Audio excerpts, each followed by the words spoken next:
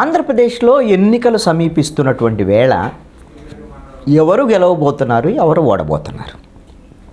అధికార వైఎస్ఆర్ కాంగ్రెస్ పార్టీ మళ్ళీ అధికారాన్ని నిలబెట్టుకుంటుందా, లేదు అంటే తెలుగుదేశం జనసేన కూటమి అధికారంలోకి రాబోతుంది. ఈ వాతావరణం కొంత ముందస్తుగానే ఎంతో కొంత తెలుస్తుంది.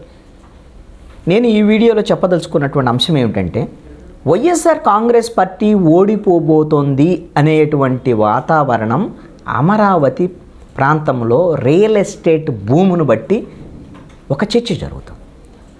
అనూహ్యంగా తెలుగుదేశం జనసేన పొత్తు పెట్టుకున్న తర్వాత అమరావతి కోర్ క్యాపిటల్ ఏరియా 29 గ్రామాల పరిధిలో సెక్రటరేటు, హైకోర్టు, అదేవిధంగా అసెంబ్లీ, ఈ భవనాలు ఉన్నటువంటి ఈ మొత్తం నవనగరాలు ఎక్కడైతే నిర్మాణం చేయాలనుకున్నారో ఆ ప్రాంతంలో ఈ రోజున విపరీతంగా రేట్లు పెరిగినటువంటి పరిస్థితి ఉంది. దాంతోపాటు 29 గ్రామాల పరిధిలోనూ, అదేవిధంగా రాజధానికి ఆనుకున్నటువంటి కొన్ని గ్రామాల పరిధిలో కూడా రేట్లు, రియల్ ఎస్టేట్కు సంబంధించినటువంటి రేట్లు విపరీతంగా పెరుగుతూ వస్తున్నాయి. ఇది దేనికి సంకేతం అని అంటే, జగన్మోహన్ రెడ్డి అధికారంలోకి వచ్చిన తర్వాత 2019 డిసెంబర్లో ఒక ప్రకటన చేశారు. అమరావతి రాజధానికి ఉంచుతాను, కానీ 3 ప్రాంతాలు అభివృద్ధి చెందాలి, అందుకోసం అమరావతిలో అసెంబ్లీ మాత్రమే ఉంచుతాను, విశాఖపట్నంలో కార్యనిర్వాహక రాజధాని పెడతాను, కర్నూలు హైకోర్టు పెడతాను, అక్కడ న్యాయ రాజధానిగా ఉంటుంది అనేటువంటి ఒక ప్రకటన చేసి అమరావతి మొత్తాన్ని కూడా మూలన పడేశాడు. జగన్మోహన్ రెడ్డి పోనీ ఆ విధమైన 3 రాజధానులు చేశాడంటే కోర్టులో చెల్లుబాటుగా లేదు, అది చట్టాలు ముందు నిలబడలేదు, న్యాయ వ్యవస్థ ముందు నిలబడక ఈ రోజున చతికిలబడి సుప్రీంకోర్టులో కేసు ఉన్నటువంటి పరిస్థితిలో కనీసం కార్యనిర్వాహక రాజధానికి సంబంధించినటువంటి విశాఖపట్నానికి తన కార్యాలయాన్ని కూడా మార్చుకోలేనటువంటి పరిస్థితిలో జగన్మోహన్ రెడ్డి ఉన్నాడు. అయితే ఇప్పుడు ఎన్నికలు సమీపిస్తున్నాయి. మరి ఎందుకు అమరావతి ప్రాంతంలో ఇప్పటి వరకు స్తబ్దుగా ఉన్నటువంటి రియల్ ఎస్టేటు భూముల కొనుగోలు అమ్మకాలు ఒక్కసారిగా పెరిగిపోయాయి, రేట్లు కూడా విపరీతంగా పెరిగిపోయాయి? కారణం ఏమిటని ఒక్కసారి వాకప్ చేస్తే, తెలుగుదేశం జనసేన పొత్తు పెట్టుకున్న తర్వాత బీజేపీ కూడా వీళ్ళతో పొత్తులోకి వస్తుంది అనేటువంటి చర్చ జరిగిన తర్వాత ఇంకేముంది, వైఎస్ఆర్ కాంగ్రెస్ పార్టీ ఓడిపోబోతుంది, ఈ తెలుగుదేశం జనసేన కూటమి గెలవబోతుంది. వాళ్ళు ఎలాగో మేనిఫెస్టోలో కూడా పెట్టారు, తెలుగుదేశం జనసేన కూటమికి సంబంధించి అమరావతి రాజధాని అనేటువంటి విషయాన్ని మేనిఫెస్టోలో కూడా ఉన్నట్టుగా ఆల్రెడీ ఒక ప్రకటన చేసి ఉన్నారు. కాబట్టి అమరావతి రాజధాని మళ్ళీ మరి పూర్వ వైభవం రాబోతుంది. తెలుగుదేశం ప్రభుత్వంలో ఏ విధంగా అయితే అంత ప్రాధాన్యత ఉండి అక్కడ మొత్తం నవరాగ నిర్మాణానికి మొత్తం ప్రణాళికలు రూపొందించారో ఆ తరహా ఒక అంతర్జాతీయ ప్రమాణాలతో అద్భుతమైన నగరం నిర్మాణం జరగబోతుంది కృష్ణానది ఒడ్డున.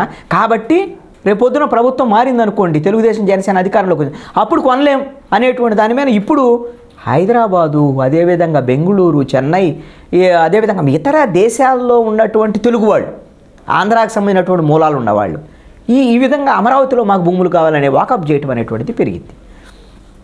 ఈ కోర్ క్యాపిటల్ ఏరియాలో నవనగరాలకు సంబంధించిన గజము 20,000 నుంచి 25,000 రూపాయలు ఇప్పుడు ఈ రోజున పలుకుతున్నటువంటి పరిస్థితి. గతంలో 10,000 గజం అన్నా కూడా ఎవరు అడిగేటువంటి వాళ్ళు లేనటువంటి పరిస్థితి. ఇప్పుడు దాన్ని డబుల్ అయిపోయింది, 25,000 వరకు పెరిగినటువంటి కొంత. ఈ 29 గ్రామాలకు సంబంధించినటువంటి కోర్ క్యాపిటల్లోనేమో 1 ఎకరము ₹1,00,00,000 నుంచి ఇప్పుడు ఉన్నటువంటి పరిస్థితిలో వాకప్ చేయడం మొదలైన తర్వాత 2 కోట్ల వరకు ఇప్పుడు డిమాండ్ ఉన్నటువంటి పరిస్థితి ఉంది. అదేవిధంగా కొంత క్యాపిటల్కి ఆ 29 గ్రామాల కొంత దూరంగా ఉన్న చాట్లో 1 కోటి నుంచి 1,15,00,000, 1,50,00,000 వరకు పలుకుతున్నటువంటి పరిస్థితి. గతంలో 70 లక్షలు, 80 లక్షలు ఎకరం అని అంటే ఆ కొనేవాళ్ళు వచ్చినటువంటి పరిస్థితి లేదు, అమ్మేవాళ్ళకి దిక్కుదోచినటువంటి పరిస్థితి ఉంది. ఇప్పుడు పరిస్థితి ఏమిటి అంటే, కొనేవాళ్ళు వస్తున్నారు, రోజుకి ఎంక్వైరీస్ పెరుగుతున్నాయని చాలామంది రియల్ ఎస్టేట్ వాళ్ళు చెప్తున్నారు. మరి కానీ అమ్మేవాళ్ళు ముందు అమ్ముతానన్నా కూడా లేదు మేము ఆలోచించి అమ్ముతాం, ఇంకా కొంత టైం చూస్తాము, ఎన్నికల తర్వాత అమ్ముతామని కొంతమంది చెప్తున్నారు, ఇప్పుడే అమ్మమని చెప్తున్నారు.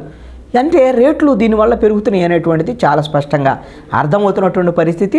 అమరావతిలో ఈ రియల్ ఎస్టేట్ భూమికి మాత్రం కారణం వైఎస్ఆర్ కాంగ్రెస్ పార్టీ ఓడిపోతుందనేటువంటి ఒక సంకేతం ఆంధ్రప్రదేశ్లో ఇప్పటికే వచ్చింది. అందుకనే రియల్ ఎస్టేట్కి సంబంధించిన వ్యాపారులు వాళ్ళకి పల్స్ తెలుసు, ఎక్కడ ఏముంటుంది, ఎక్కడ రేపొద్దున రేట్లు పెరుగుతాయి ఏంటి అనేటువంటి దాని మీద కొనుగోలు చేసి అమ్మకాల కోసం వాళ్ళు రెడీ చేసుకునేటువంటి పరిస్థితులు ఉంటాయి. కాబట్టి అమరావతికి మళ్ళీ పూర్వ వైభవం రాబోతుందనేటువంటి విధంగా ఈ రోజున రియల్ ఎస్టేట్ వాళ్ళు నమ్ముతున్నారు. అందుకు అనుగుణంగానే ఈ రోజున రియల్ ఎస్టేట్ భూము రాబోతుంది. అందుకు ఇప్పుడు వైఎస్ఆర్ కాంగ్రెస్ పార్టీ ఓడిపోతుందనేటువంటి సంకేతానికి ఇది నిదర్శనమా అని మనము భావించాల్సినటువంటి పరిస్థితి కూడా ఉంది.